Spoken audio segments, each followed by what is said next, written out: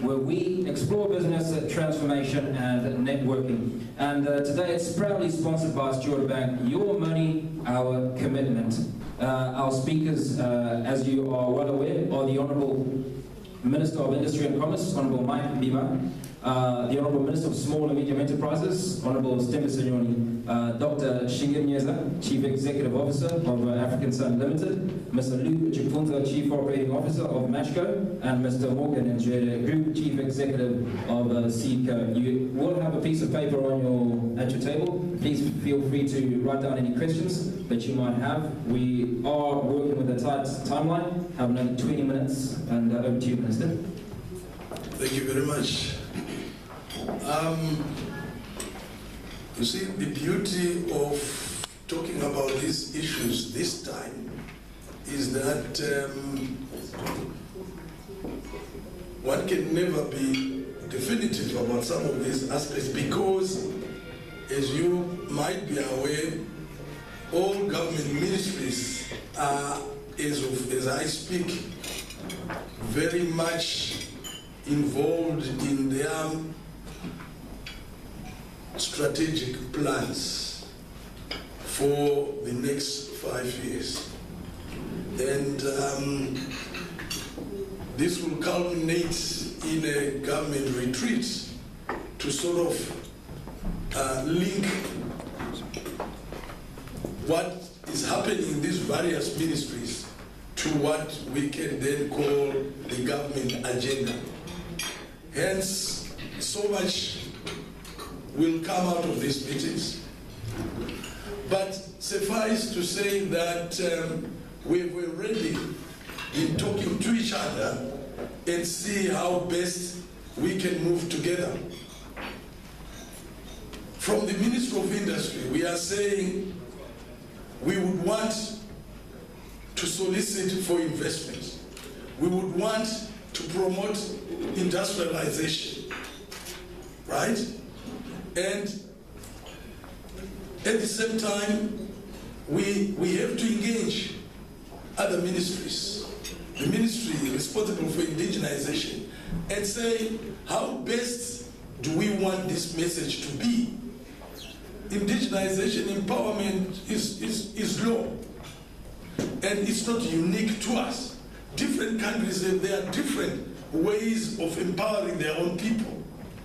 So our challenge is not to question whether it is good or bad. It's not the issue. The issue is how best do we package it? How best do I interact with potential investors and still give them confidence, and they can say, yes, we are coming to invest in Zimbabwe and we are ready to indigenize. How best can we do it? It's not just for me.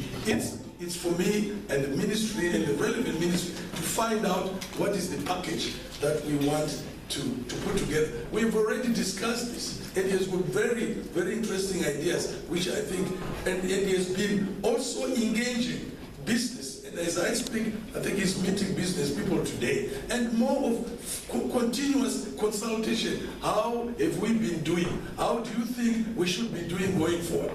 And as I said, it's not his ideas. He's picking ideas from you.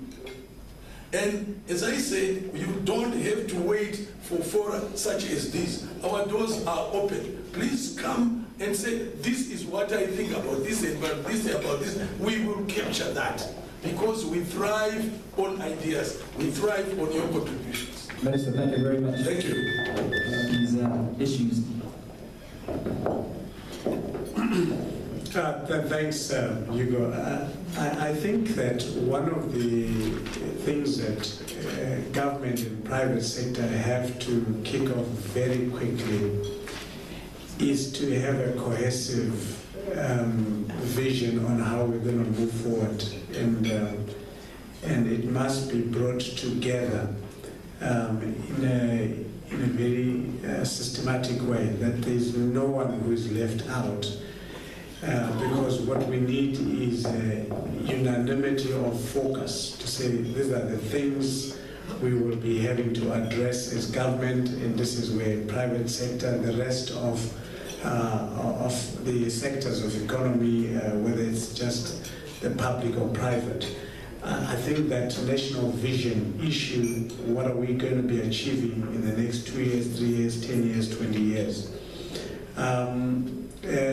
In that, then we need, I think there's need to rebrand ourselves, ministers, to come back and say, look, this is who we are.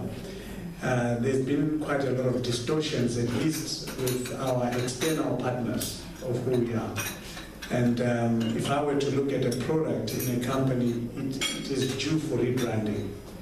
And there's misconceptions about the brand that we are. And we need to deal with that brand very aggressively. And we all must be part of that. It's for all Zimbabweans to be part of that rebranding exercise. Once we look at that, we look at what are the low-hanging fruit issues. What are the quick wins? Because we can all talk about the next 30 years. There might not be, many of us might not be around for those 30 years. So what are the quick win situations that we can take from our resources, from agriculture, tourism, manufacturing, the service sectors? What are we going to do in terms of that? Doc, I'm going to cut you there. And before the Minister responds to that contribution, I'll ask Minister Nyoni to respond to this. This question comes from the floor. And the question for you, Honourable Minister, is how do you, as a Minister, plan to support SMEs that are not able to access funds from banks due to a lack of security? And I think that is a massive problem for most entrepreneurs and in small enterprises. Thank you very much. That is a burning question everywhere. Most SMEs don't have security and they feel excluded from the financial institutions. So what we have done is to have products that we've discussed with banks and SETCO, to have group lending, and also to encourage savings and credits. And this is very powerful. We have had it work successfully in Kenya. And the savings and credit whereby people put their little money together and then they get topped up by either SETCO or the bank. And the people guarantee each other. And in that way, they are able to be trained to succeed in their businesses and to help each other succeed and to help each other pay up the loan. But we need also to continue to engage finance institutions. And I'm very happy that Stewart Bank is coming with a new vision. From my discussion with them, I think they are working on something that will assist such SMEs. But let me say, we also need to teach every one of us who borrow money to be responsible and to pay back. But are there no other ways of finding security apart from title deeds? And we are sort of discussing about the rural entrepreneurs. Cattle can be a good security, and livestock. Why don't we think about that? But I think the onus really is on finance institutions. The ministry is encouraging that we discuss this, we work on products together that will help our SMEs to access money without collateral because they don't have it. Minister, thank you very much. Ladies and gentlemen, once again, welcome to this Business Breakfast Talk and Networking, where we explore business transformation and networking. Comes to you once every month, and a fantastic opportunity for you to network and meet new people. And today it's proudly sponsored by Stewart Bank, Your Money, Our Commitment. This question again is going to Honourable Nyoni, and the question is, the cost of registering a business are prohibitive. Is the cost of registering a business going to come down?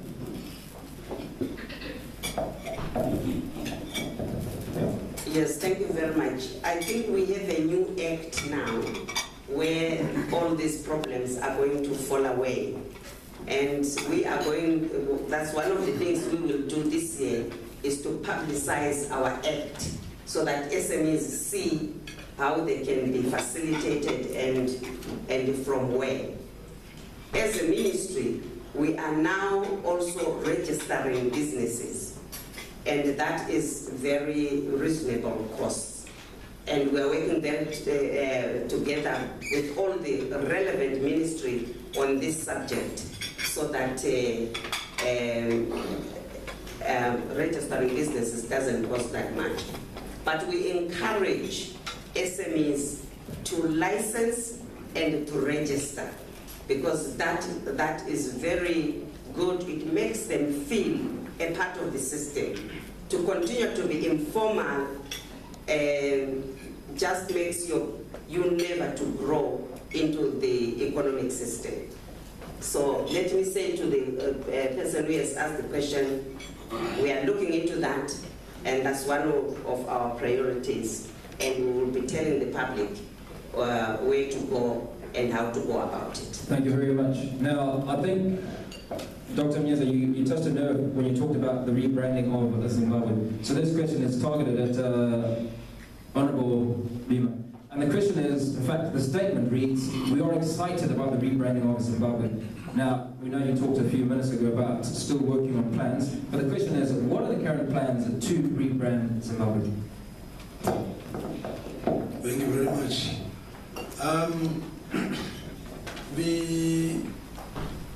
Prior to the coming on of government, officials in government had already anticipated that there will be a new government in so many months, and obviously they will have to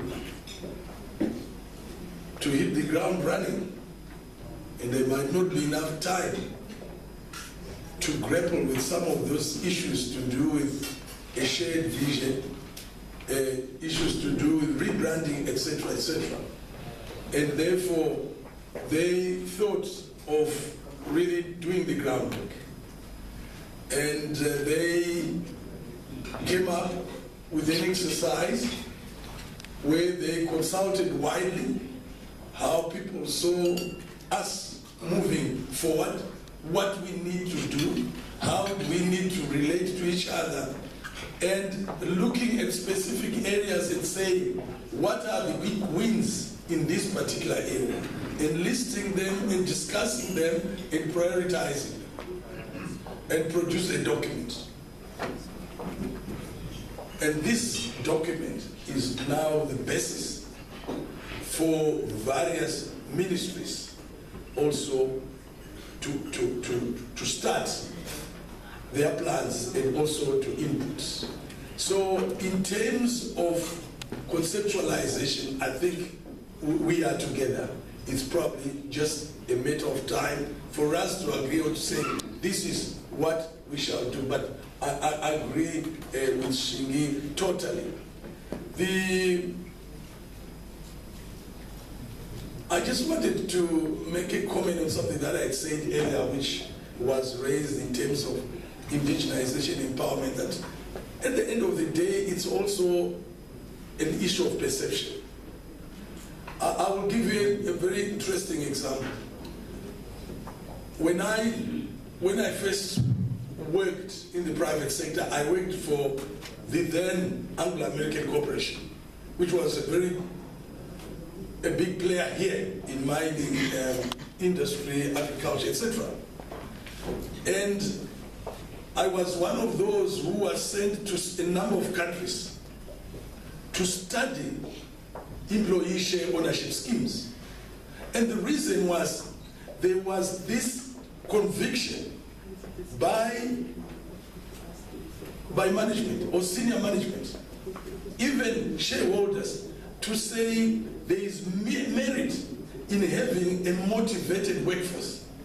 But they thought the best method was to get these workers on board. But the issue was And Anglo spent money to say, what is the best way of having our workers to be on board? And Anglo was prepared to spend money on that.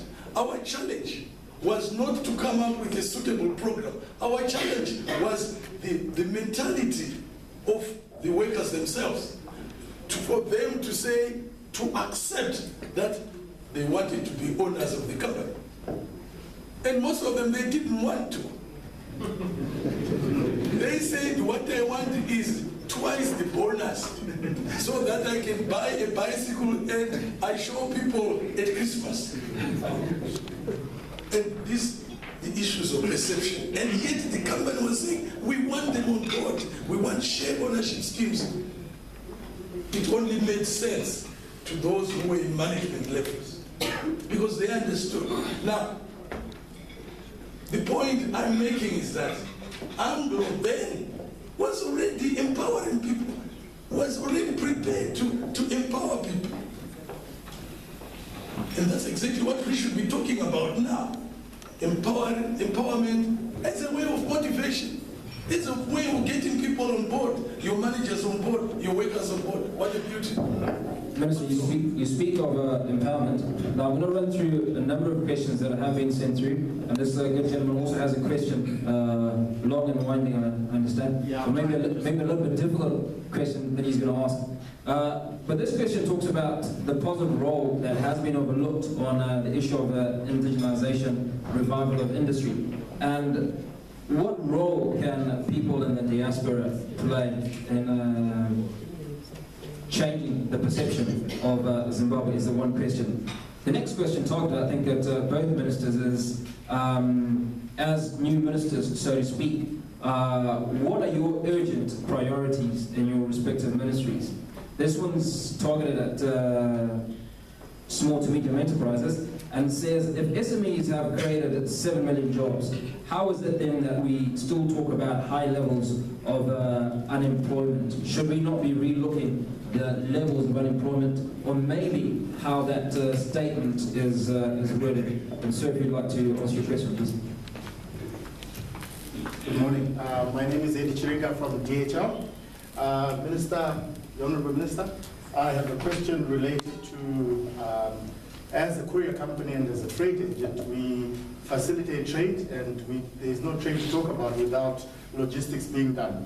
The biggest issue that we like to bring to your attention is Beitbridge is 24 hours. It operates 24 hours. So the release valve of all trucks, and 80–90% of all movements that happen in Zimbabwe are all in transit. So the release valve really opens 24 hours and releases trucks. Then majority of the traffic is obviously going into Zambia, going into DRC, where all the mining developments and financial institutes are based.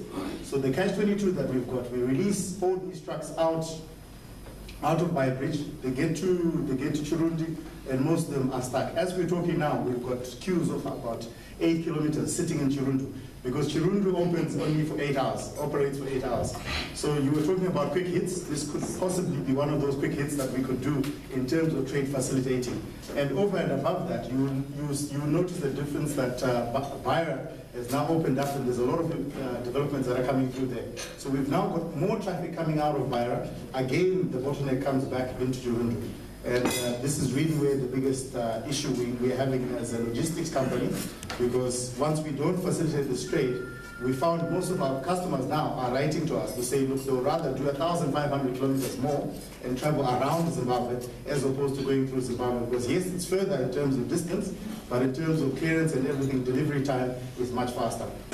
And what we need to do is just to get our act together. So we understand those constraints, and as a ministry, our role is to facilitate trade. And facilitated trade is really more to ensure that there is smooth operation at our borders. The biggest challenge for our borders is not just one ministry. It involves a number of ministries and agencies, and therefore the problem in most cases is how best to coordinate, because it needs coordination. But we would like to see that happening, and I'm sure you will also are also aware that even within SADC, we are also geared up on this issue of a one-stop border post, where we are having the two neighboring countries working together in terms of customs, in terms of clearance, in terms of immigration, so that it facilitates the speed with which these transporters move. So we've just started, and we have a long way, and we want to see that even speed it up now. Thank you very much. Minister, thank you very much. Minister Mooney, as you respond to your question, we'll also ask you to give us your closing remarks as we have come to the end of this part of this business breakfast talk and networking. Shortly, Dr. Shigi Munyeza will present his high impact power talk, which is the great crossover. How can businesses tap into opportunities that lie ahead? This business breakfast talk and networking is brought to you by Stewart Bank. Your money, our commitment. Thank you very much. I really welcome this question about unemployment. I think what I could talk about is underemployment. We have done a study in the ministry.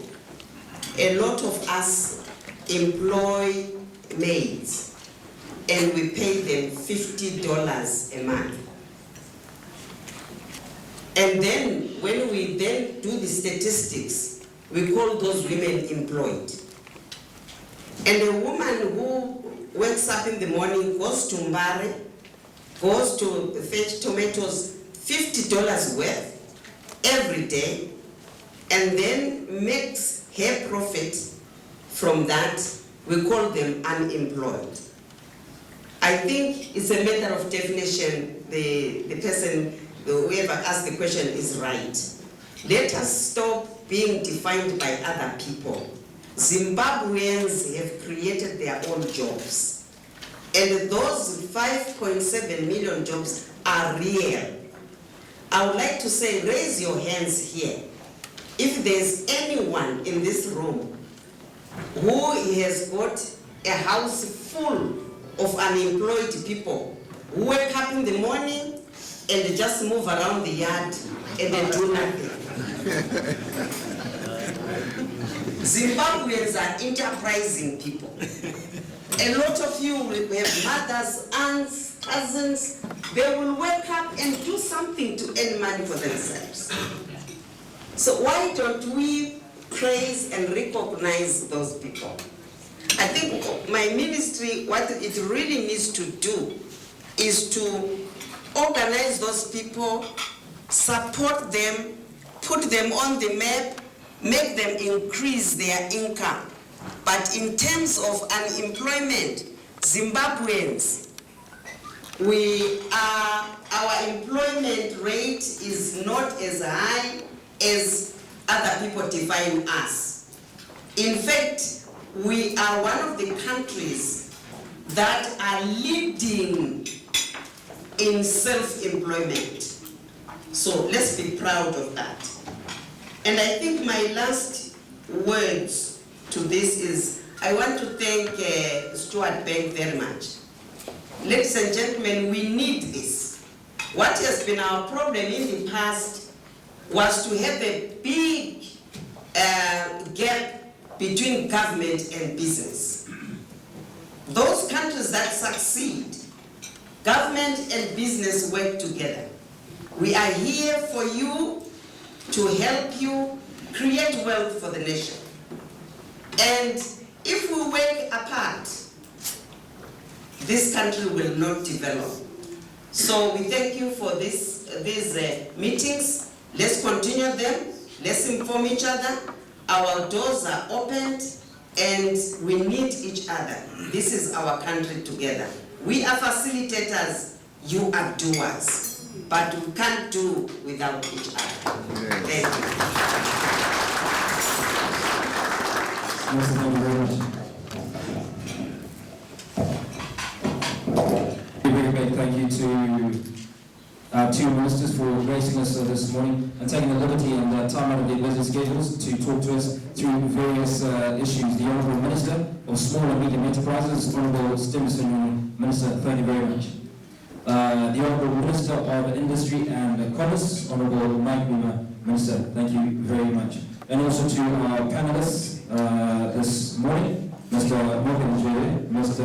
Luke Chipunza, and Dr. Shigemuneza, who will continue with us in a few moments. Thank you. Thank you so much.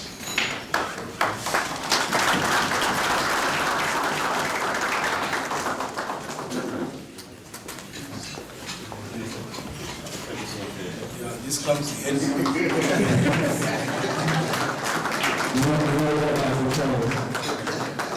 Ministers, thank you very much. Ladies and gentlemen, we'll take a 2-minute recess and we'll continue with the Dr. Meza. Thank you.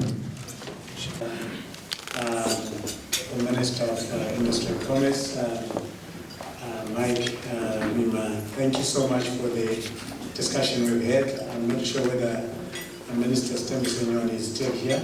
I'm told she's gone, and all other dignitaries, all protocol observed.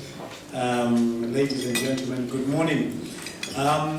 I have had some technological challenges. I wanted to paste something on the screen. I think the IT guys are going to sort us out a little later. But I will go on to just outline my my presentation this morning, and very quickly. So, I think one of the things that we've got to look at is to look at what is the global economic outlook, what is Zimbabwe's economic outlook, what are the opportunities, and I'm going to talk a little bit more in detail about going back to our core business as we look at unlocking value in our time. One of the problems that we've had as Zimbabweans, I think, and I was trying to calculate, since about 1998, there was a sense that we were always waiting. And the major thing we've always been waiting for was elections. So we've been a country in the past 15 years waiting for elections. And as if, something magical will happen soon after the elections. And we've also known that soon after the elections, there wasn't anything magical besides that we have to work harder. This time round, we've got another 5 years to wait, and I think we don't need to wait. We need to move on. We have a government that is there. We have a president that has been elected, President Mugabe, and his government. They are in power for the next 5 years. That is not going to change. So we've got enough ample time to do business, to move forward as a nation, even as individuals. So there is nothing we're waiting for. But as we look at that, we need to look at where we're coming from. And certainly, earlier on, I gave some tidbits on my thoughts. And my thoughts are that we need to rebrand Zimbabwe. We need to recognize ourselves again. We need to come together in a united front with our diversities. I don't call them differences, but with our diversities. We're a diverse people, and wherever we're coming from, to be united in ensuring that this nation, we're singing from the same hymn sheet, and that we've got ourselves to blame if we don't move forward. We cannot blame the East, the West, the North, and the South anymore. We just must move forward and do what we need to do as a nation. And when we look at the global, we are now in a global village. There are two aspects that one has always to recognize when we're looking at the global outlook.